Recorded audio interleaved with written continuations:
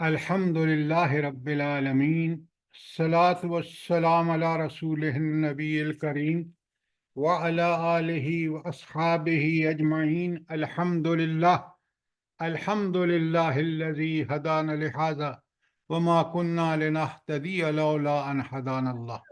رب اشرح لی صدری ویسر لی امری واحلل عقدۃ من لسانی یفقہوا قولی، آمین یا رب العالمین۔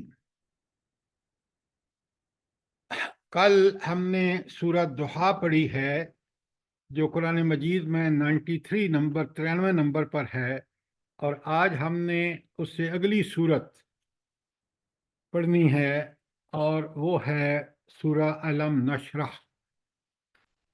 یہ دونوں صورتیں نبی کریم صلی اللہ علیہ وآلہ وسلم کی پر خاص عنایات کا ذکر ہے اللہ کی۔ اس کو چیز کو نوٹ کیا ہے آپ نے؟ قرآن اللہ تعالیٰ کی ایک روئے زمین پر سب سے بڑی نعمت ہے۔ یہ جتنی اور نعمتیں ہیں نا، جب اس قرآن کو ہم سمجھتے ہیں، اس قرآن پر عمل کرتے ہیں، تو پھر ان نعمتوں کا حق بھی ادا کرتے ہیں۔ اس لیے یہ سب سے بڑی نعمت ہے جو انسان کو بالکل واضح طور پر وہ دنیا میں کیوں آیا، کس لیے آیا، کامیاب کب ہوگا، ناکام کب ہوگا، اس کا دنیا کی ساری چیزوں سے اور اپنے انسانوں سے اور اللہ تعالیٰ سے اس کا کیا تعلق ہو، وہ کھول کھول کے بتا دیا گیا ہے۔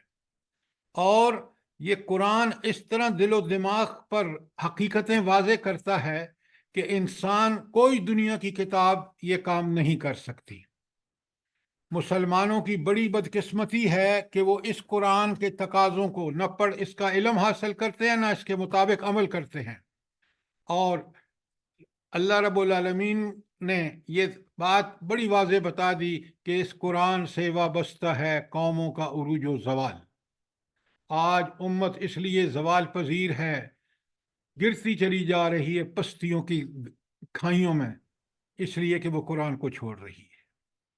اس بات کو سمجھیے، اس بات کو خود بھی سمجھیے، دوسروں کو بھی سمجھائیے، اسی میں ہم اللہ کی رحمتوں کے مستحق ہو سکتے ہیں۔ سورہ ضحیٰ کے بارے میں کوئی سوال ہو، کوئی چیز کلیئر نہ ہوئی ہو؟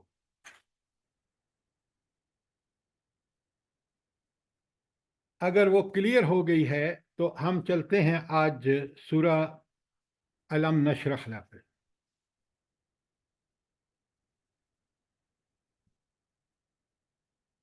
بسم اللہ الرحمن الرحیم۔ الم نشرح لک صدرک، ذرا اللہ رب العالمین کا بڑا مشفقانہ انداز ہے اور ڈائریکٹ خطاب ہے نبی کریم صلی اللہ علیہ وآلہ وسلم سے۔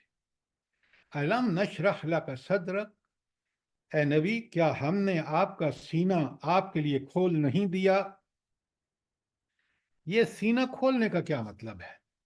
پہلے تو ہمیں یہ سمجھ آنا چاہیے جی، کیا مطلب ہے سینہ کھولنے کا؟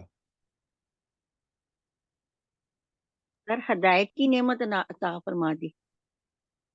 سر جی سینہ منور اور فراخ ہو جانا، حق واضح ہو جائے اور دل میں سما بھی جائے۔ جی، شرح صدر ہو جانا، جیسے نبی پاک صلی اللہ علیہ وسلم کو 4 سال کی عمر میں بھی۔ یہ سب باتیں جو ہے نا آپ ادھوری کر رہے ہیں، بڑے غور سے سنیے اور اس کو سمجھیے۔ یہ شرح صدر اس وقت حضور نبی کریم صلی اللہ علیہ وآلہ وسلم پر اللہ کی خاص عنایت تھی، اور ہر زمانے میں یہ اہل ایمان کے لیے یہ نعمت اویلیبل ہے، بشرطے کہ ہم اس قرآن، اس سنت، اس رسول صلی اللہ علیہ وآلہ وسلم کی اتباع کریں۔ یہ شرح صدر ہر زمانے میں اللہ تعالیٰ مسلمانوں کو عطا فرمائے گا، بشرطے کہ وہ شرائط پوری کریں۔ وہ شرح صدر کیا ہے؟ لکھیں سورہ انعام کی آیت 125، تاکہ ہمیں بالکل پتہ چلے یہ کتنی بڑی نعمت ہے۔ ہمیں اس کا سمجھ ہی نہیں ہے کہ یہ ہے کیا۔ سورہ انعام 125 میں پڑھ رہا ہوں. فَمَن يُرِدِ اللَّهُ أَن يَهْدِيَهُ يَشْرَحْ صَدْرَ لِلْإِسْلَامِ. جسے اللہ ہدایت بخشنے کا ارادہ کرتا ہے اس کا سینہ اسلام کے لیے کھول دیتا ہے. اچھا، اسلام کے لیے سینے کے کھلنے کا مطلب کیا ہے بھلا یہ بتائیں. یہی تو شرح صدر ہے نا کہ اسلام کے لیے سینہ کھل گیا. سر اس کے اللہ تعالیٰ کے صفات کا ادراک ہو جاتا ہے، اس کے دل پہ اثر ہوتا ہے اور وہ اس کے مطابق عمل کرتا ہے. ڈاکٹر صاحبہ یہ بات نہیں ہے. ڈاکٹر صاحبہ سر بات جی یعنی وہ دین اسلام کے لیے حق کو پہچان لیتا ہے، اسے قبول بھی کر لیتا ہے اور شرح صدر میں وہ شخص صدر بھی آ جاتا ہے. السلام علیکم. وعلیکم السلام. جی ہاں، مطلب یہ کہ جس طرح ہم دروازہ کھولتے ہیں، جو پسندیدہ لوگ ہوتے ہیں جو اندر آتے ہیں اس کے لیے ہم دروازہ کھولتے ہیں، اس طرح ہمارے دل کے آپ اندر چھوڑیں یہ پسندیدہ. دنیا کی مثالیں اللہ تعالیٰ کے لیے مت دیا کریں پلیز. تو یہ پھر بہت ضروری ہے. سر اب اللہ اور اللہ کے رسول صلی اللہ علیہ وآلہ وسلم کی اطاعت زیادہ ہونی شروع ہو جاتی ہے اور ذکر میں لطف آنا شروع ہو جاتا ہے. اللہ کا شکر ادا کرتے ہیں کہ ہمیں اللہ نے دی. دل کا دروازہ کھل جاتا ہے نا. اب ذرا میری بات بڑے غور سے سنیں. سب حضوری باتیں ہیں آپ کی. یہ اہل ایمان کو قرآن اور سنت کے نتیجے میں، اس کے علم کے نتیجے میں، اس پر عمل کرنے کے نتیجے میں یہ بات بالکل واضح ہو جاتی ہے 2 + 2 = 4 کی طرح کہ یہ قرآن، اس کا بتایا ہوا نظام، چاہے وہ عقیدے کا ہو، چاہے وہ عمل کا ہو، چاہے وہ اخلاق کا ہو، وہ بہترین ہے. اس سے بہتر کوئی چیز نہیں ہے. میرے ہاتھ جو یہ چیز لگ گئی ہے نا ہدایت، اور اس میں عقیدے کی، ایمانیات کی ہدایت ہے، اخلاق کی، اعمال کی، یہ سب سے برحق نعمت ہے. باقی سب اس پہ عمل کرے گا تو دنیا بالکل اسی کھائی میں گرے گی جس میں آج گر رہی ہے. تو شرح صدر کہ اللہ کے اس نظام جو قرآن و سنت نے بیان کیا ہے، وہ میرے لیے اس سے بہتر کوئی چیز ہو ہی نہیں سکتی. جب یہ اس کو سمجھ آ جاتا ہے، اس کا دل و دماغ ٹھک جاتا ہے قرآن و سنت کی تعلیمات پر، اس کے عمل کے بعد اس کو شرح صدر ہو جاتا ہے. حضور نبی کریم صلی اللہ علیہ وآلہ وسلم کو اللہ نے یہ شاہ کلید دے دی، یہ وہ چابی دے دی سب سے بڑی، جس سے ہر برائی کو دور کرنے کا اور نیکی کو پھیلانے کا اللہ نے آپ کو یہ قرآن دے دیا. اور آپ دیکھ لیں وہ یتیم ہستی جو یتیم پیدا ہوئی تھی، اس کو اللہ نے کن کن نعمتوں سے نوازا. جب وہ انتہائی پریشان ہو گئے کہ یہ دنیا تو خود عرب کو دیکھو کہ کوئی برائی جو آپ تصور کا وہاں موجود نہیں تھی. سوچیں، بیٹیوں کو زندہ درگور کر دینا، برسوں لڑائیاں، پانی پہ جھگڑا اور پتہ نہیں کس پہ جھگڑے، تو کوئی صورت نظر نہیں آتی تھی بظاہر کہ یا اس میں کوئی اصلاح ہو سکے گی. کوئی ننگا ناچ بھی کرتا ہے کعبۃ اللہ میں، کوئی بت بھی وہاں رکھ سکتا ہے جو توحید کا مرکز ہو. ذرا سوچیں، ان برے ترین حالات میں رب العالمین نے شرح صدر کر دیا کہ لو نبی، یہ ہے قرآن، اس کو لے کے تم دنیا کو دعوت دو. یہ آپ دیکھ لیں صرف 23 سالوں میں پورا جزیرت العرب میں اسلام کا جھنڈا لہرا رہا تھا. یہ اس نعمت کا نتیجہ تھا شرح صدر کا کہ نبی کریم صلی اللہ علیہ وآلہ وسلم اس شرح صدر کے ساتھ اٹھے اور انہوں نے دعوت دی، ہر تکلیف اور ہر مصیبت حتیٰ کہ قتل کے منصوبوں کو انگیز کیا. تو نعمت جو ہے وہ نعمت ہے قرآن و سنت کا علم اور اس پر عمل. اس کے بعد اس بات کا بالکل واضح ہو جانا کہ یہ ہے وہ نعمت جس سے دنیا کو روشن کیا جا سکتا ہے. اپنا دل تو روشن ہو گیا، شرح صدر ہو گیا، اب دوسروں کے لیے کام کرو. یہ ہے شرح صدر کا معنی. آپ ادھورے معنی نہ کریں. آج بھی جن کو اللہ تعالیٰ نے قرآن و سنت کی دولت کی صحیح تفہیم دی ہے، وہ بالکل یہ سمجھتے ہیں کہ اس کا حل نہ جمہوریت میں ہے، نہ سوشلزم میں ہے، نہ کیپیٹلزم میں ہے، نہ سود میں ہے، اس کا حل قرآن و سنت میں ہے۔ جب یہ نافذ ہوا مدینے کی ریاست میں تو وہاں زکوٰۃ لینے والا کوئی نہیں ملتا تھا۔ وہ عرب جو جاہلیت کی گہرائیوں میں تھے، اس قرآن نے ان کو اٹھایا، نبی کریم صلی اللہ علیہ وسلم نے اٹھایا، اور وہ دنیا کے امام بن گئے، اور آج تک اس جیسی قوم دنیا نے نہیں دیکھی۔ یہ شرح سر آج افغانستان کو دیکھ لیں، کتنا بہترین ہوگا سب کچھ ان کا، قرآن کی وجہ سے، عمل ہے ان کا۔ بس جب قیادت کو یہ شرح صدر ہو جاتا ہے نا، تو اللہ تعالیٰ نے اس تحدیث نعمت کے لیے کے حوالے سے اس قوم کو وہ نواز دیتا ہے۔ تو آپ کو شرح صدر کے معنی آنے چاہیے۔ اللہ فرماتے ہیں کیا علم نشرح لک صدرک، کیا اے نبی، آپ دیکھیں حضور نبی کریم صلی اللہ علیہ وآلہ وسلم نبوت سے پہلے آپ کی عمر 38 سال ہے، پریشان ہیں، اور کتنے پریشان ہیں کہ آپ غار حرا میں جا کے اور وہاں کھانا ساتھ لے جاتے ہیں، بیٹھ کے سوچتے ہیں۔ دراصل وہ اللہ تعالیٰ کی ایک تربیت کا نظام تھا، اور پھر وہیں پہ وہی نازل ہوتی ہے 40 سال کی عمر میں، اور پھر یہی وہ جس سے آپ کا شرح صدر ہو جاتا ہے۔ اچھا، ایک آیت میں نے آپ کے سامنے پڑھی ہے، اور میں نے آپ کو لکھوا دی ہے، سورہ انعام کی آیت 125۔ سورہ شرح صدر کے حوالے سے دوسری آیت لکھے، سورہ زمر کی آیت 22، بڑے غور سے سنیں۔ اللہ تعالیٰ کیا اس نعمت کو آپ کو تقابل سے سمجھاتے ہیں۔ افمن شرح اللہ صدرہ للاسلام، بھلا وہ شخص جس کا سینہ اللہ تعالیٰ نے اسلام کے لیے کھول دیا۔ کیا مطلب؟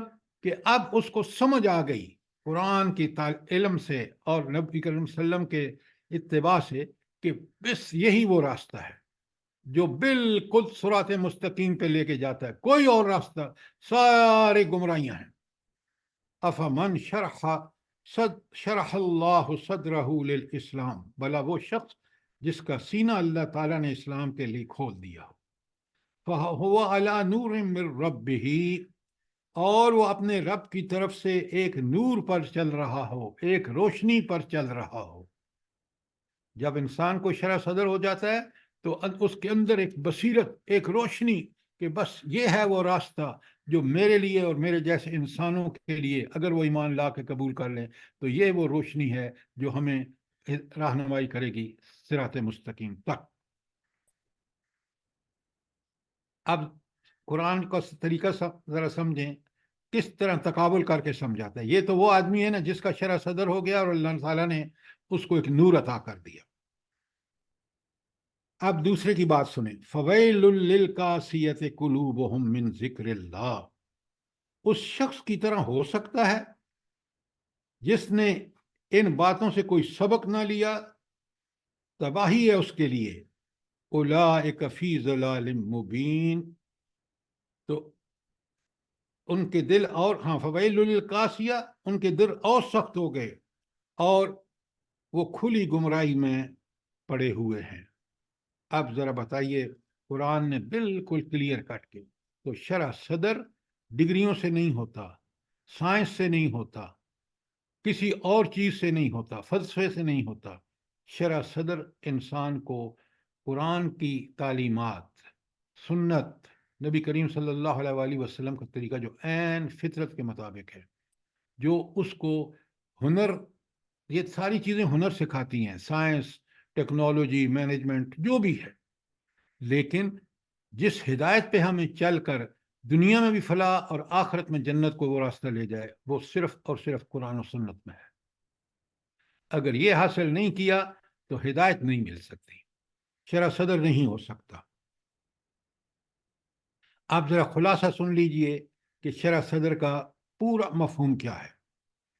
یہ دو آیتیں جو میں نے آپ کے سامنے پڑھی ہیں، یہ کیا واضح کرتی ہیں کہ ہر قسم کے ذہنی خلجان اور تردد، یعنی شک و شبہ سے پاک ہو کر انسان اس بات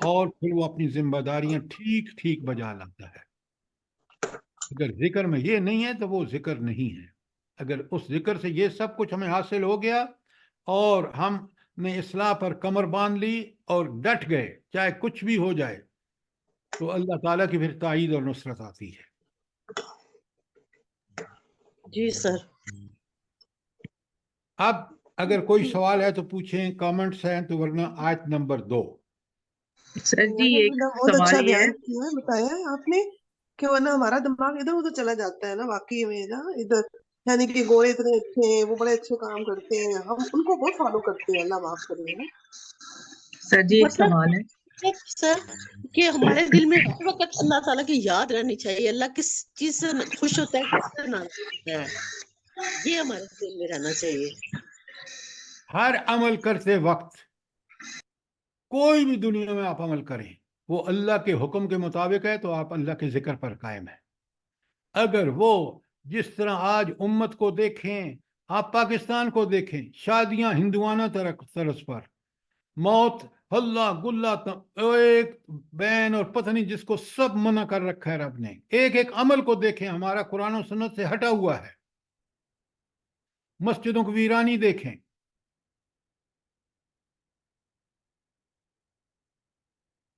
جی اور کوئی سوال؟ ہاں جی, یہ وجہ یہی ہے کہ ہم آدھے تیتر آدھے بٹیر ہوئے ہیں, آدھے مسلمان ہیں اور آدھے ہم نے گوروں کے طریقے لیے ہوئے ہیں نا. اچھا, اس پہ آپ سنیں میری بات, آپ لکھ لیں سورہ بقرہ کی آیت 85, ذرا اس کو پڑھیں, ذرا اس کو سمجھیں کہ جو دین پر پارشل عمل کرے گا, جزوی عمل کرے گا, آدھا تیتر آدھا بٹیر ہوگا, اللہ نے صاف بتا دیا اس کو دنیا میں ذلت اور آخرت میں اشد العذاب.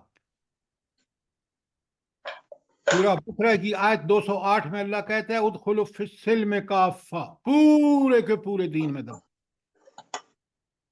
دو یک رنگی ہونی چاہیے, حنیفیت ہونی چاہیے. یہ دو منافقانہ طرز عمل اللہ کو سخت ناپسند ہے.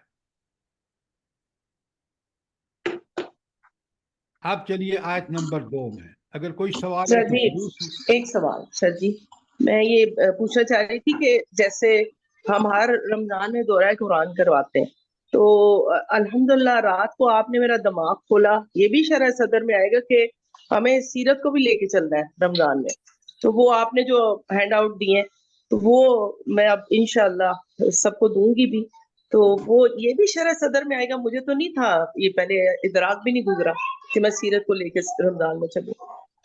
یہ جو آپ نے سوال کیا ہے یہ اس لحاظ سے بڑا اہم ہے. شرح صدر ہو نہیں سکتا جب تک ہم اتباع رسول نہ کریں. آپ خود دیکھ لیں, قرآن مجید میں آیات آپ کے سامنے ہیں, خاص کر اطاعت والی, اطیع اللہ و اطیع الرسول.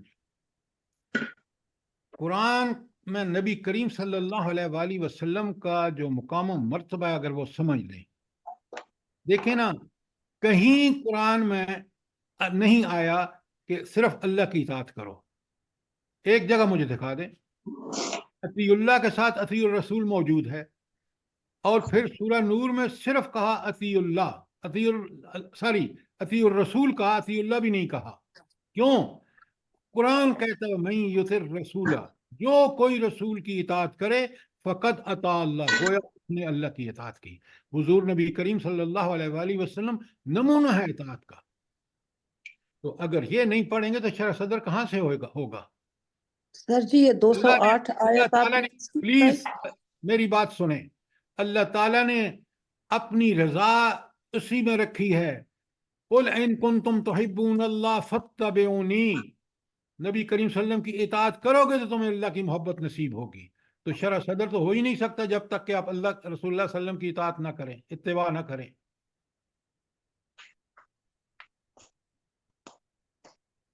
چلیں, یہ ہم نے کافی وقت لگا دیا آیت نمبر 1 پہ. اب چلیے آیت نمبر 2. وَوَضَعْنَا عَنْكَ وِزْرَكَ, اور تم آپ پر سے وہ بھاری بوجھ اتار نہیں دیا.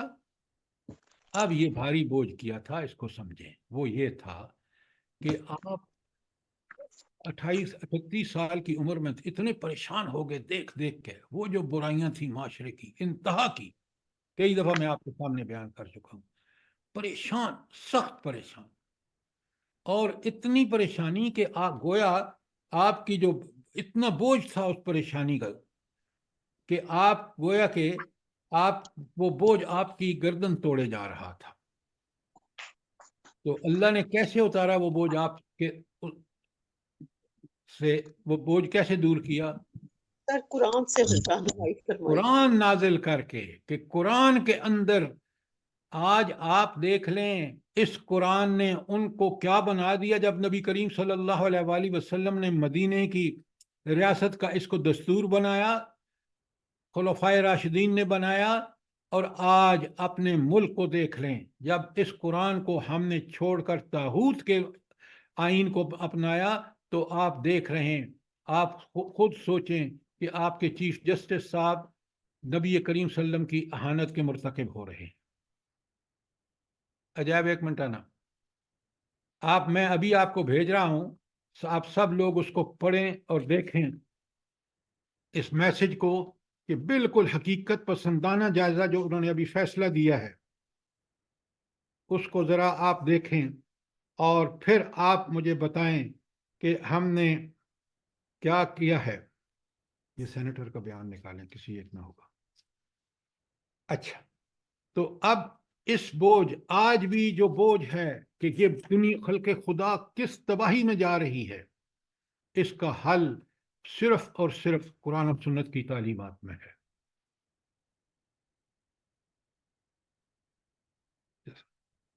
نہیں اس کا نہیں، اس کا سینیٹر کا جی.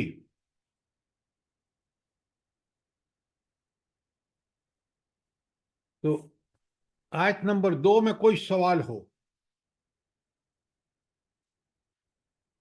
سر یہ جو فضول رسم و رواج، بدعات، سب ان کا بوجھ اتار دیا اللہ تعالیٰ نے، یہ بھی اسی مفہوم میں آئے گا نا؟ وہ جو آپ بات کر رہے ہیں نا، وہ بڑی چھوٹی بات ہے. پہلے تو جاہلیت جو تھی اس کا دورہ تھا، پھر بت پوجے جا رہے تھے. توحید کی آپ چھوٹی چھوٹی رسمی کی بات کر رہے ہیں، وہاں تو انتہا تھی، بت پوجے جا رہے تھے. اور وہ بت کہاں رکھے ہوئے تھے؟ کعبۃ اللہ میں رکھے ہوئے تھے. اخلاق کی گندگی اور بے حیائی کا عالم. یہ والا سب کو بھیج دیں. یہ آپ دیکھ رہے ہیں کہ یہ جو تھا، یہ پورے معاشرے میں ننگے طواف کرتے تھے کعبۃ اللہ کا. اور پھر آپ دیکھیں ظلم و ستم کی کوئی حد تھی؟ یتیموں کے ساتھ جو ظلم ہو رہا تھا، جو زندہ لڑکیاں، یہ سارے وہ بوجھ تھے جو نبی کریم صلی اللہ علیہ وآلہ وسلم دیکھ رہے تھے کہ یہ معاشرہ کس رخ پہ جا رہا ہے، تباہی اور بربادی کی کون سی حد پہ جا کے ختم ہوگا. جب دیکھیں، ایک بات سنیں، جب آپ کو اور مجھے واضح ہو گیا کہ یار یہ ایمان جو ہے، یہ توحید کہ اپنے رب کو حاکم مان لو، یہ رسالت کہ اپنے نبی صلی اللہ علیہ وآلہ وسلم کو رول ماڈل مان لو، یہ آخرت کہ اس کا یقین کر لو کہ میرا ہر برا عمل وہاں قابل سزا ہوگا اور میری ہر نیکی میرے لیے جزا کا بدلہ ہوگی، تو انسان پھر خود بخود یہ آپ اجاگر کر دیں.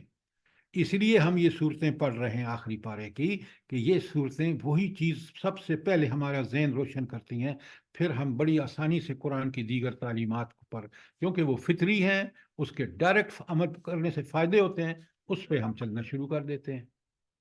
تو اصل میں تو عقیدہ ہے، ایمانیات ہیں، کہ جس کو انسان کو قرآن و سنت کے مطابق ہو جائیں، پھر اس کے تقاضے انسان پورے کرنے کے لیے جب ضروری معلوم ہوتی ہے تو پھر اس کو قرآن و سنت کا علم خود بخود ضرورت ہوتی ہے اس کی. اچھا، یہ بوجھ جو تھا، اللہ رب العالمین فرماتے ہیں الذی انقض ظہرک، یہ تو تمہاری کمر توڑے جا رہا تھا، اتنا بوجھ تھا. اور پھر جیسے ہم نے ابھی دیکھا کہ ساری ان تکلیفوں کا، چاہے وہ عقیدے کی ہوں چاہے عمل کی ہوں، گمراہیوں کا علاج قرآن ہے. آپ سورہ طٰ کی لکھیں، سورہ طٰ کی آیت 1 تا 3. پہلی 3 آیات. اچھا یہ بتائیں کہ سورۃ طٰہٰ میں کیا مضمون بیان ہوا ہے، جلدی بتائیں. حضرت موسیٰ علیہ السلام کے بارے میں زیادہ بیان ہے. Very good. لیکن آپ جب اس طرح کی بات کرتے ہیں نا تو آدھی بات ہوتی ہے. قصہ عاد موسیٰ علیہ السلام اور فرعون کی تفصیلات ہیں. آدھی بات نہ کیا کریں. ماشاءاللہ آپ کا اتنا مطالعہ ہے، جب بات کریں تو قرآن کا پورا جو ہے مفہوم ہمارے سامنے آ جانا چاہیے. یہ پوری کی پوری صورت جو ہے یہ قصہ موسیٰ علیہ السلام اور فرعون ہے. اس کی پہلی 3 آیات میں آپ کے سامنے پڑھ رہا ہوں. طٰہٰ ما انزلنا الیک القرآن لتشقی. اے نبی صلی اللہ علیہ وسلم، قرآن تم پر اس لیے نازل نہیں کیا کہ تم مصیبت میں پڑ جاؤ. یہ ہے قرآن کا کمال کہ یہ مصیبت میں پڑنے والی بات نہیں ہے، یہ تو تمہارے لیے سراپا ہدایت ہے. یہ دنیا کی اور آخرت کی نعمتوں کا حقدار آپ جب ہوں گے جب اس قرآن کو آپ اپنا ہدایت کا ذریعہ بنا لیں گے. یہ ہے کیا پھر؟ الا تذکرۃ، یہ تو ایک یاد دہانی ہے. کس کے لیے؟ لمن یخشی، اس شخص کے لیے جو اللہ تعالیٰ سے ڈرے. اچھا میں آپ سے سوال کرتا ہوں کہ یخشا کا کیا مطلب ہے؟ کہ ہدایت اس کے لیے جو اس سے ڈرے. اچھا یخشا یا خشیت جو ہے یہ دل میں کب پیدا ہوتی ہے؟ جب اللہ تعالیٰ کی عظمت اس کے دل میں بیٹھ جاتی ہے. یہ عظمت کیسے بیٹھے گی؟ قرآن و سنت کا علم. پہلی صفات. بات دیکھیں، جنرل جواب مت دیا کرے. سر جب اللہ تعالیٰ کی صفات کا پورا علم ہوگا تب. اچھا بالکل آپ نے ٹھیک کہا. صفات الہی کی ٹھیک ٹھیک معرفت. صفات الہی میں بھی خشیت کا باعث کون سی صفات بنتی ہیں؟ یہ صفات جلالی. صفات کی جلالی صفات. جی صفات جلالی. صفات جلالی سر. ہاں کون سی؟ بولے نا ان میں سے مجھے اور جبار قہار وہاب، اور جبار قہار اور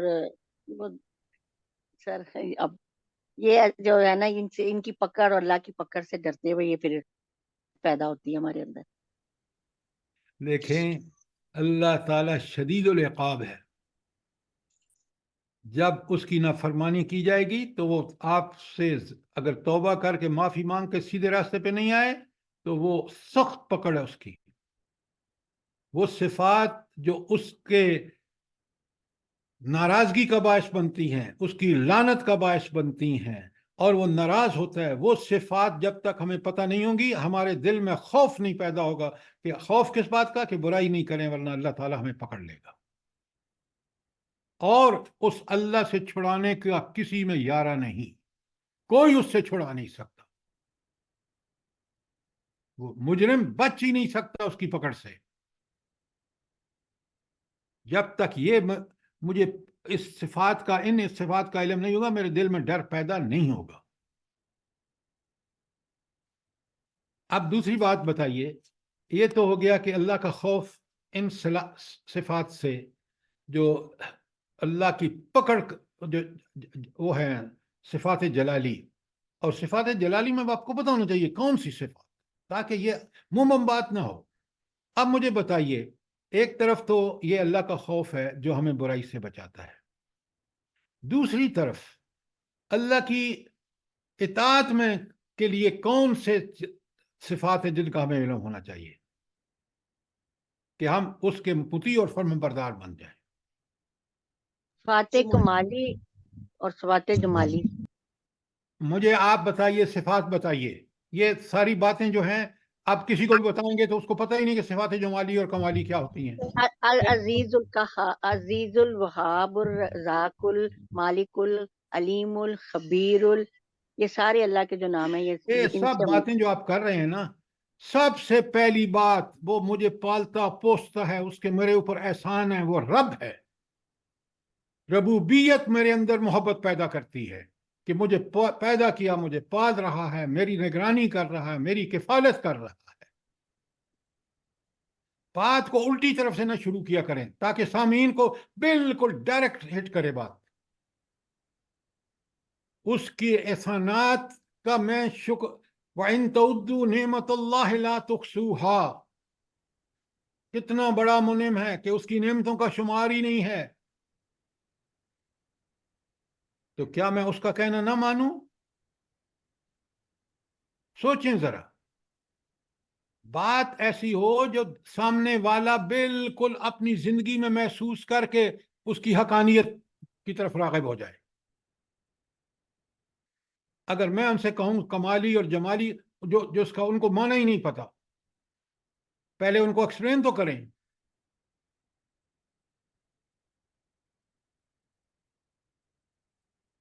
تو آپ نے دیکھا کہ یہ ہیں وہ صفات کی ربوبیت۔ اچھا، اب ذرا میں نے آپ کو ربوبیت تو بتا دیا کہ اللہ تعالیٰ کی یہ جو ہماری کفالت کر رہا ہے، پال رہا ہے، پوس رہا ہے، اور پھر وہ ہمارا آقا اور مالک اور خالق اور رازق اور حاکم ہے، یہ ساری تو ربوبیت کی ہو گئی۔ اچھا، اس ربوبیت کا قرآن جو ہے، بڑے غور سے سنیے آپ، یہ چیزیں ذرا سمجھیں تاکہ آپ قرآن کی تعلیمات کو جلدی سے سمجھ لیں گے۔ اب مجھے پتہ چل گیا کہ ربوبیت کی صفات تو ایک ہستی میں ہے۔ یہ ربوبیت کی صفات، سوال غور سے سنیے، صفات ربوبیت کس کا تقاضا کرتی ہیں؟ اور قرآن ہمیں کہتا ہے کہ اس رب کو جب مانا ہے تو پھر کیا اور مانو اس کو؟ سر الوہیت ہماری صحیح ہو جانی چاہیے۔ بالکل ڈاکٹر صاحب، آپ نے ٹھیک کہا۔ اب رب مانتے ہو تو الہ بھی مانو۔ جب اعتراف کرتے ہو کہ اس کی ساری عنایتیں میری اوپر ہیں، تو پھر اس کو الہ مان کر، اس کو معبود مان کر، اس کو حاکم مان کر اس کی اطاعت بھی کرو۔ قرآن نے، میں آپ کو آیتیں بھیجتا ہوں تاکہ آپ کو پتہ چلے کہ ربوبیت جو ہے وہ اس کا تقاضا، سب سے پہلے تقاضا الوہیت ہے۔ یہ آپ ذرا سب پڑھیں گے تو پھر آپ کو سمجھ آئے گی۔ تو میں نے آپ کے سامنے سورہ طٰہٰ کی 3 آیت پیش کی ہیں کہ جس میں اللہ تعالیٰ قرآن جو ہے وہ سراسر ہدایت کے لیے نازل ہوا ہے۔ اچھا، اب ہم آتے ہیں کہ اللہ تعالیٰ کہہ رہے ہیں کہ میں نے جو ہے، ہاں، الذی انقض ظہرک ورفعنا لک ذکرک، اور ہم نے کیا کیا کہ آپ کا پوری دنیا میں، رہتی دنیا تک آپ کے ذکر کو بلند کر دیا۔ اب ذرا غور سے سمجھیں اور بات کلیئر نہ ہو تو سوال کریں۔ سب سے پہلے نبی کریم صلی اللہ علیہ وآلہ وسلم کا جزیرۃ العرب میں صرف جزیرۃ العرب کی بات، اور یہ پہلا مرحلہ بات کر رہا ہوں، کہ آپ کی شہرت کا اللہ تعالیٰ نے ایسا بندوبست کرایا کہ آپ پورے جزیرۃ العرب میں مشہور ہو گیا کہ یہ ایک نبی آ گیا ہے۔ یہ کام کس نے کیا؟ یہ پورا جزیرۃ العرب میں آپ کی دعوت کا جو مشہوری کی، کس نے کی؟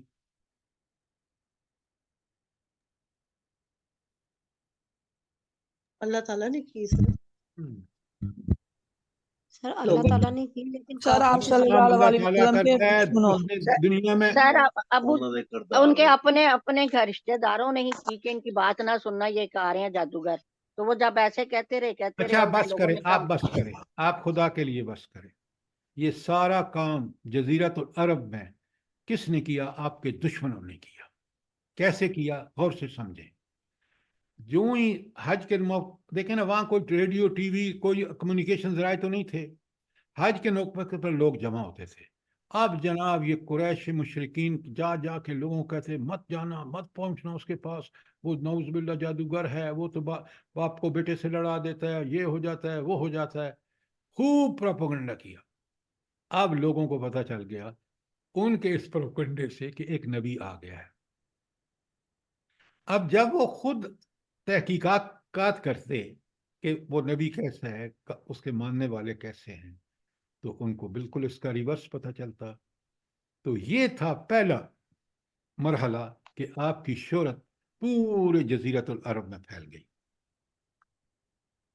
کیوں؟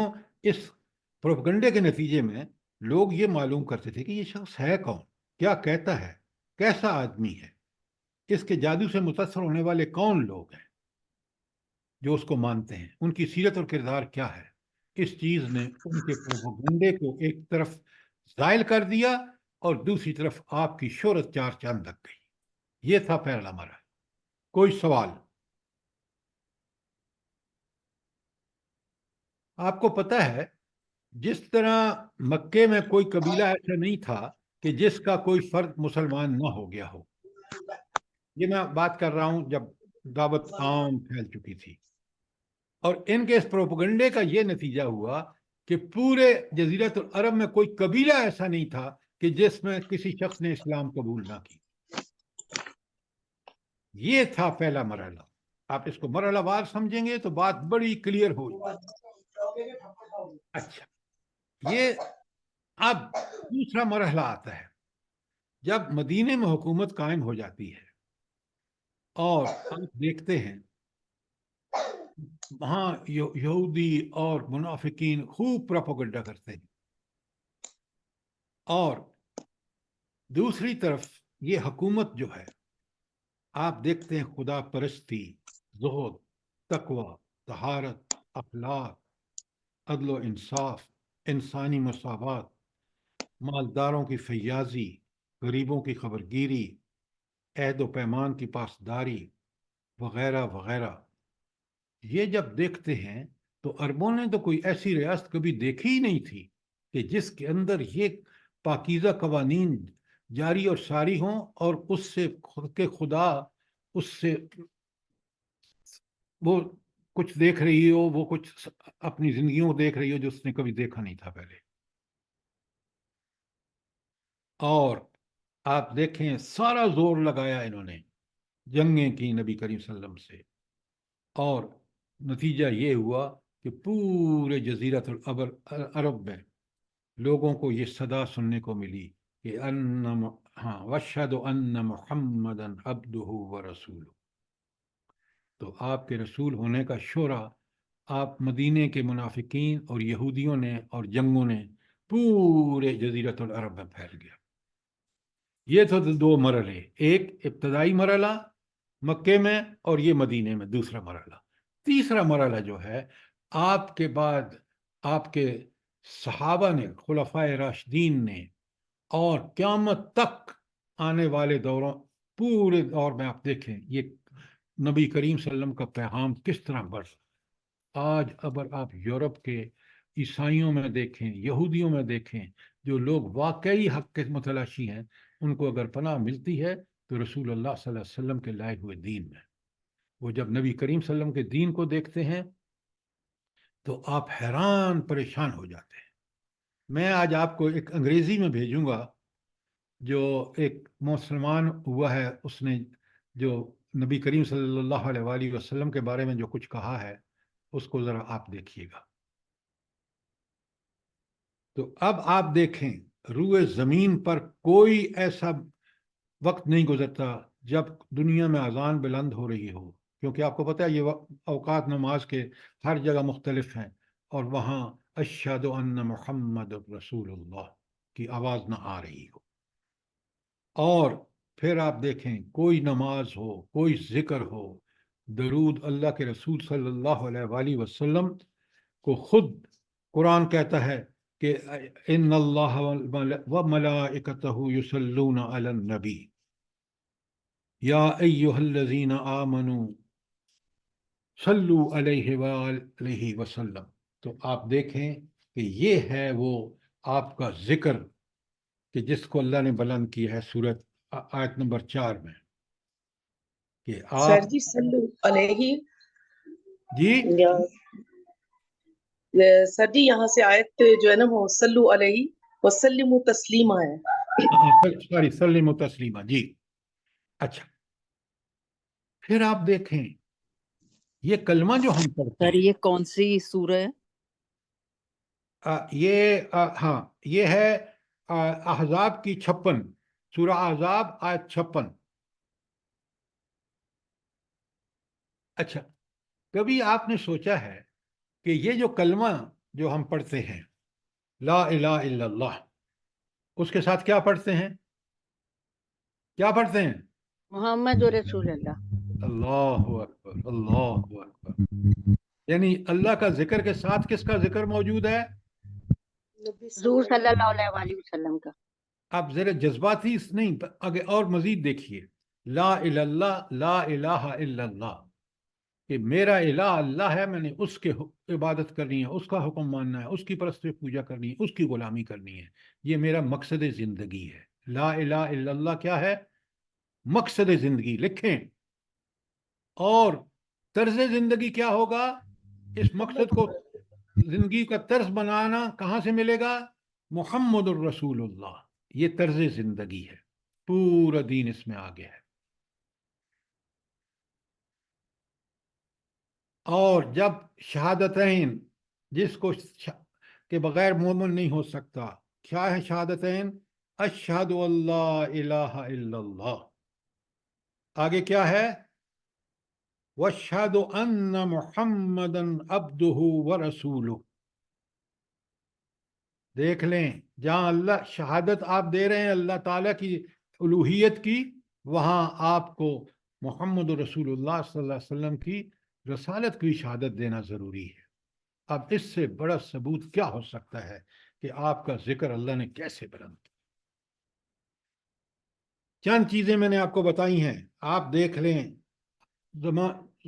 24 گھنٹے یہ دنیا کے ہر ملک میں تھوڑے عرصے کے بعد، تھوڑے ساری وقت کے بعد اذانیں بلند ہوتی ہیں جہاں یہ صدا گونج رہی ہے، اشہد اللہ الہ الا اللہ، اشہد ان محمدن رسول اللہ۔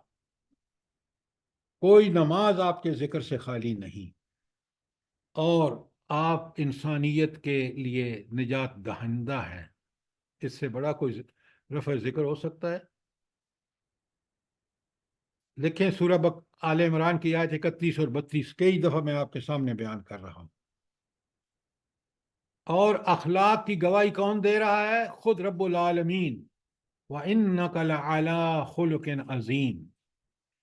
اب اس سے بڑا رفع ذکر کیا ہو؟ آج آپ دیکھ لیں، وہ میں انگریزی میں بھیج رہا ہوں آپ کو، ذرا اس کو پڑھیں اور سمجھیں کہ رب العالمین کس طرح اس نبی کریم صلی اللہ علیہ وآلہ وسلم کے اخلاق کو پوری دنیا میں اس کا آوازہ بلند ہو رہا ہے۔ سر جی یہ ذرا بتائیے، طرز زندگی لا الہ الا اللہ، اور آگے ایک لفظ آپ نے نہیں، استعمال کیا لا الہ الا اللہ مقصد زندگی ہے۔ ہماری زندگی کا مقصد کیا ہے؟ کہ اللہ کو الہ مان کے گزارنی ہے، اور محمد الرسول اللہ یہ طرز زندگی ہے، یہ لائف سٹائل ہے کہ میں نے زندگی اس طرح گزارنی ہے جس طرز پر نبی کریم صلی اللہ علیہ وآلہ وسلم نے گزاری ہے، تاکہ میرا پہلا جو میرا مقصد ہے وہ اس وقت پورا ہوگا کہ میرا اللہ جو ہے وہ میرا الہ ہے، وہ اس وقت پورا ہوگا جب میں اپنی زندگی کو اس طرز پہ ڈھالوں گا جو محمد رسول اللہ صلی اللہ علیہ وسلم کی زندگی تھی۔ جزاک اللہ۔ کوئی سوال یہاں تک، کوئی چیز کلیئر نہ ہوئی ہو؟ اچھا، اب آئیے آگے، فَإِنَّ مَعَ الْعُسْرِ يُسْرًا۔ پھر وہ آیت نمبر 5 یہ اور آیت نمبر 6 میں دوبارہ کہا اِنَّ مَعَ الْعُسْرِ يُسْرًا۔ بڑی کمال کی آیت ہے، مومن کے لیے، صاحب ایمان کے لیے اتنی بڑی بشارت ہے۔ پہلے نبی کریم صلی اللہ علیہ وآلہ وسلم کے لیے اللہ آپ سے کہہ رہے ہیں کہ بات اصل چیز کیا ہے؟ اصل یہ ہے کہ آسانی کس کے ساتھ جڑی ہوئی ہے؟ مشکل کے ساتھ، تنگی کے ساتھ فراخی ہے، بے شک تنگی کے ساتھ فراخی ہے۔ آیت نمبر 6 میں بالکل جڑی ہوئی ہیں، یہ نہیں ہے کہ تنگی گزاریں گے تو پھر وقت گزرے گا، پھر نہیں، جو ہی تنگی گزرے گی اللہ تعالیٰ آپ کے لیے آسانیاں پیدا کر دے گا۔ یہ نبی کریم صلی اللہ علیہ وسلم کی زندگی میں بھی، اور جو اس زندگی کے مطابق بنائے گا۔ مشکلات آئیں گی، کیوں کہ کافر اور کذاب جو ہیں وہ آپ کو ان کو روکیں گے، مشکلات پیدا کریں گے، لیکن ان مشکلات کو انگیز کرنے میں، ان مشکلات کا مقابلہ کرنے میں اللہ کی تائید و نصرت سے آپ دیکھیں گے کہ یہ وہ مٹ جائیں گے، اور آپ دیکھ لیں اللہ تعالیٰ نے آپ کے دشمنوں کو کس طرح مٹایا. سگا چاچا جو انتہائی اس کو کتنا موقع ملا، اس کی بدبختی دیکھیں، وہ ایمان نہیں لایا. 3 سال نبی کریم صلی اللہ علیہ وسلم نے اور باقی انہوں نے جو ہے آپ کے قبیلے کے بنو ہاشم کے لوگ، انہوں نے گھاٹی میں گزارے اور مقاطع کیا پورے قریش نے. یہ نہیں ساتھ دیا اس نے ابو لہب نے اور اس کی بیوی نے. ان کے لیے پوری صورت آگے آ رہی ہے سورہ لہب. تو اللہ تعالیٰ فرماتے ہیں کہ آپ اس نبی کی زندگی کو دیکھیں، آپ کی زندگی بھی ایسی ہوگی. آپ یہ دیکھیں، ذرا افغانستان میں دیکھیں، 20 سال تک انہوں نے جد و جہد کی عین قرآن و سنت کے مطابق، اور یوں ہی کیسا بھاگا ہے امریکہ کہ اس کے بعد ایک دم اس مشکل ساتھ کیسے آسانی جڑی ہوئی تھی حکومت. آج دیکھ لیں آپ، یہ معاملات قوموں کے ساتھ بھی ہے اور افراد کے ساتھ بھی ہے، بشرطے کہ ہم اس پر عمل کریں. یہ تھی تشریح اس کی کہ فَإِنَّ مَعَ الْعُسْرِ يُسْرًا، اور 5 یہ اور 6 إِنَّ مَعَ الْعُسْرِ يُسْرًا. تو لہٰذا یہ جو دیکھیں نا، اس آیت میں یہ نہیں فرمایا کہ تنگی کے بعد آسانی ہے، بلکہ یہ فرمایا کہ تنگی کے ساتھ آسانی ہے، جڑی ہوئی ہے بالکل، جس کا مطلب یہ ہے کہ بہت جلد یہ صورتحال بدل جانے والی ہے. اسی طرح آپ کو اور مسلمانوں کو تسلی بھی دی گئی، اور یہ مشکل وقت حوصلہ اور صبر کے ساتھ برداشت کریں، بس تھوڑی دیر بعد کایا پلٹ جائے گی. آپ ذرا دیکھیں کہ نبی کریم صلی اللہ علیہ وآلہ وسلم پر قرآن تو مکے میں نازل ہونا شروع ہوا، لیکن تکلیفوں کا دیکھیں 13 سالہ دور. لیکن اس تھوڑے سے وقت کے بعد مدینے میں اس قرآن کے لیے حکومت قائم ہو گئی. اللہ نے آپ کو حکومت دے دی. آپ نے قرآن ادھر نافذ ہوتا، ادھر نازل ہوتا، ادھر نافذ ہو جاتا، اور فیض و برکات فوراً مل جاتی. کاش کاش یہ پاکستان کے حکام، یہ جو برسر اقتدار ہیں، جس کو اسٹیبلشمنٹ کہتے ہیں، یہ اس طاغوت کی غلامی سے نکل آئے اور اللہ کی غلامی میں اپنے آپ کو سرنڈر کر دے. ساری چیزیں آج بھی میسر ہیں، بس شرط کیا ہے کہ اخلاص سے، نیت سے، پورے عزم اور حوصلے سے اس کو اپنے اوپر نافذ کرنا، برائیوں کو چھوڑ دینا اور نیکیوں کو جیسا اس کا مطالبہ ہے وہ کریں. انشاءاللہ عزت عظمت آپ کا اللہ تعالیٰ حصہ بنا دیں گے. اچھا، اب اس کے آخر میں ایک بڑی ہدایت ہے حضور نبی کریم صلی اللہ علیہ وآلہ وسلم کے لیے اور آپ کے اور میرے لیے. فَإِذَا فَرَغْتَ فَانْصَبْ، بس جب تم فارغ ہو تو عبادت کی مشقت میں لگ جاؤ. یہ فارغ ہونے کا کیا مطلب ہے؟ نبی کریم صلی اللہ علیہ وسلم کس سے فارغ ہو؟ سر جہاد سے، یعنی غزوہ کرتے ہوئے. سر دعوت و تبلیغ کے کام سے جب ان کو وقت ملے. دینی ذمہ داریاں، چاہے وہ دعوت و دین ہو، جہاد ہو، کوئی بھی عمل ہو، اس کی دعوت میں آپ جب اپنی سرگرمیاں کر رہے ہیں، آپ اپنے وقت کو، اپنی صلاحیتوں کو، آپ مال و دولت کو خرچ کر رہے ہیں، جب وہاں سے جب بھی آپ کو تھوڑی فرصت ہو تو پھر اللہ کی عبادت. اللہ کی عبادت کا کیا مطلب ہے کہ آپ جو ہے وہ ذکر الہی، آپ جو ہے وہ اللہ تعالیٰ کی قرب کی تلاش میں جو اذکار، افکار اور جو ہیں وہ اس میں لگ جائیے. تہجد پڑھیے، فرض نمازوں کو حق ادا کیجیے. اچھا، اب جب نبی کریم صلی اللہ علیہ وسلم کو یہ ہدایت کی جا رہی ہے کہ آپ جب دعوت و تبلیغ، جہاد و قتال سے فارغ ہوں تو لگ جائیے عبادت میں، تو یہ عبادت کا کیا فائدہ ہوتا تھا نبی کریم صلی اللہ علیہ وآلہ وسلم کو؟ سر روحانی طاقت ملتی ہے، دینی دلی سکون ملتا تھا، راحت ملتی تھی. اللہ تعالیٰ کی قربت ملتی ہے. آپ کو اس کے ملنے کے ساتھ وہ حوصلہ، وہ عزم، وہ جذبے ملتے تھے جس سے پھر آپ میدان عمل میں اتر کر کافروں کو شکستیں دیتے تھے. ورنہ تو آپ اس پہ بیٹھ جاتے، کعبۃ اللہ میں بیٹھ کے عبادت کرتے رہتے. عبادت کا مقصد یہ ہے کہ یہ عبادت ہمیں وہ طاقت، وہ قوت، وہ جذبے فراہم کرے تاکہ ہم باطل کے ساتھ ٹکرا جائیں. ایسی عبادت جو مسجد تک محدود ہو، اللہ کو وہ قابل نہیں ہے. وہ اس لیے ہے کہ آپ کو وہ ساری چیزیں اللہ تعالیٰ سجھا دے، وہ روشنی عطا فرما دے کہ آپ اس روشنی کو لے کے باہر نکلیں اور کفر کو شکست دیں ہر محاذ پر. تو نبی کریم صلی اللہ علیہ وآلہ وسلم کو اللہ تعالیٰ نے جب یہ حکم دیا تو اس حکم کا مطلب یہی تھا. دیکھیں نا، آپ سورہ نصر کو پڑھیں، بالکل آخر میں سورت نازل ہونے والی سورت ہے، اور اللہ تعالیٰ کہہ رہے ہیں کہ وَإِذَا جَاءَ نَصْرُ اللَّهِ، اللہ کی جب مدد آتی ہے تو پھر کیا ہوتا ہے؟ لوگ فوج در فوج دین میں داخل ہوتے ہیں. آخری دور دیکھ لیجئے مکے کا. آج ہمارے برے کارناموں کی وجہ سے لوگ دین سے دور بھاگ رہے ہیں. سوچیں ذرا، ایک جھلک اس کردار کی دکھائی ہے غزہ کے مجاہدین نے، دنیا پہ کیا دنیا کا رخ پلٹ دیا ہے.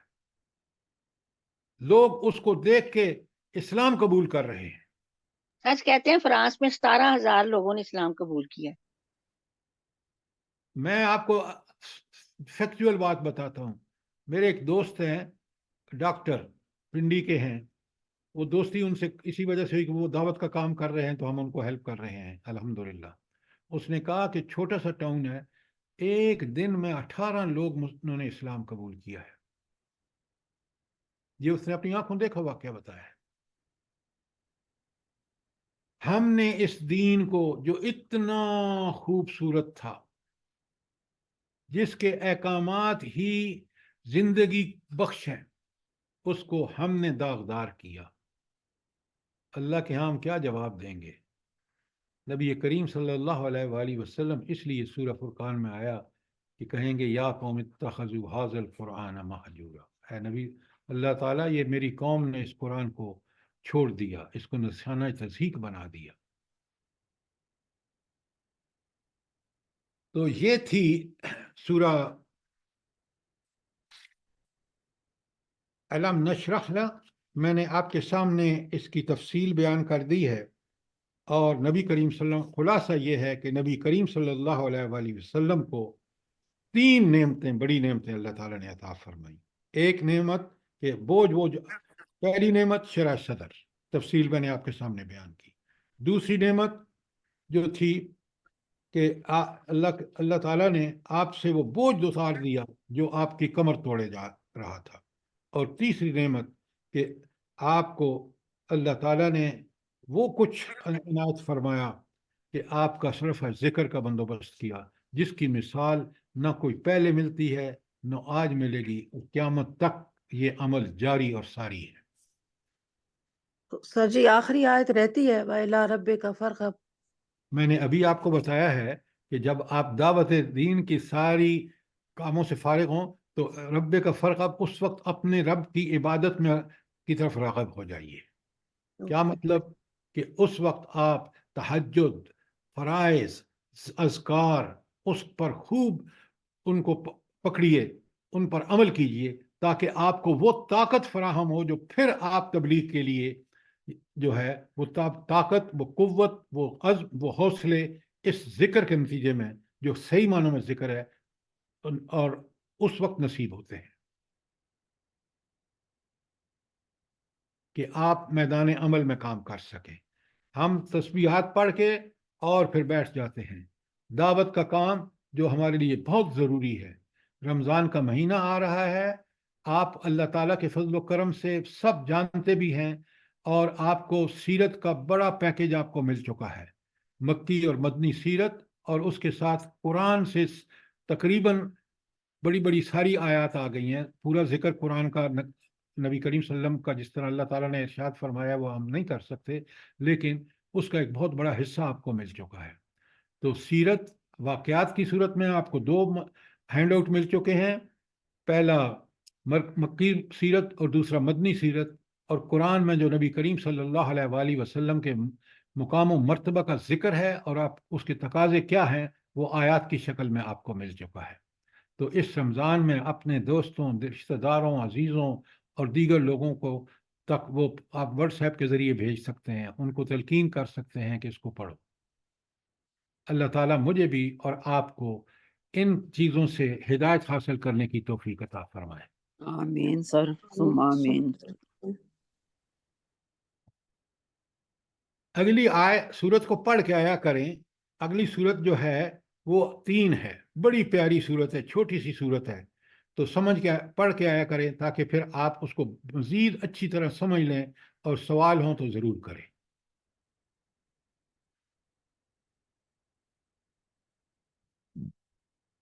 کوئی سوال، کوئی کامنٹس؟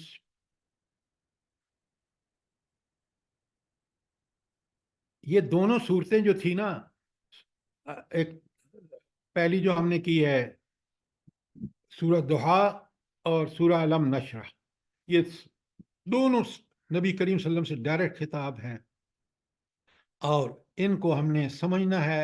ان کے نتیجے میں ہم نے سمجھنا ہے کہ رب العالمین کے کیا عظیم ترین احسانات ہیں جو اللہ نے رسول صلی اللہ علیہ وسلم۔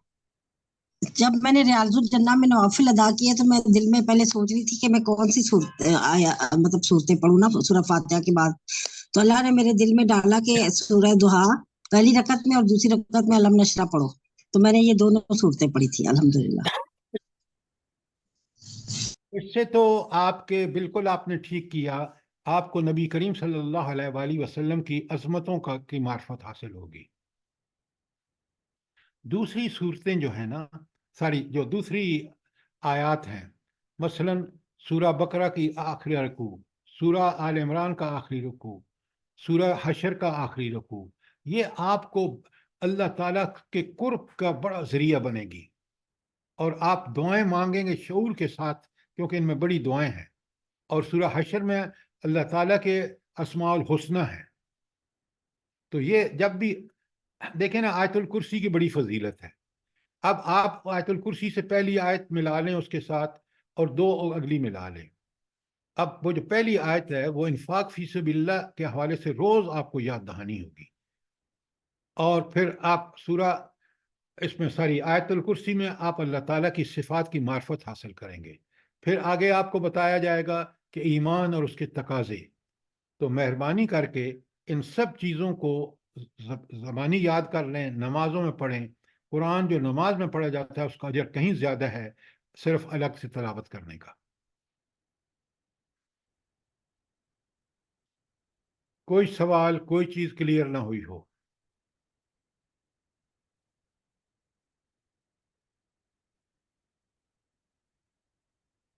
ایمان کی مضبوطی کے ساتھ یہ تسلی رکھنی چاہیے کہ ہر مشکل کے بعد آسانی ہے، چاہے گھریلو حالات کی تنگی آئے، تو چاہے دینی تنگی آئے، اور چاہے دوسری اور تنگی آئے، اس کے بعد اللہ کا یعنی یہ کثرت سے پڑھنا چاہیے نا، فَإِنَّ مَعَ الْعُسْرِ يُسْرًا، إِنَّ مَعَ الْعُسْرِ يُسْرًا۔ بالکل آپ نے ٹھیک کہا، لیکن ساتھ عمل بھی کرنا چاہیے۔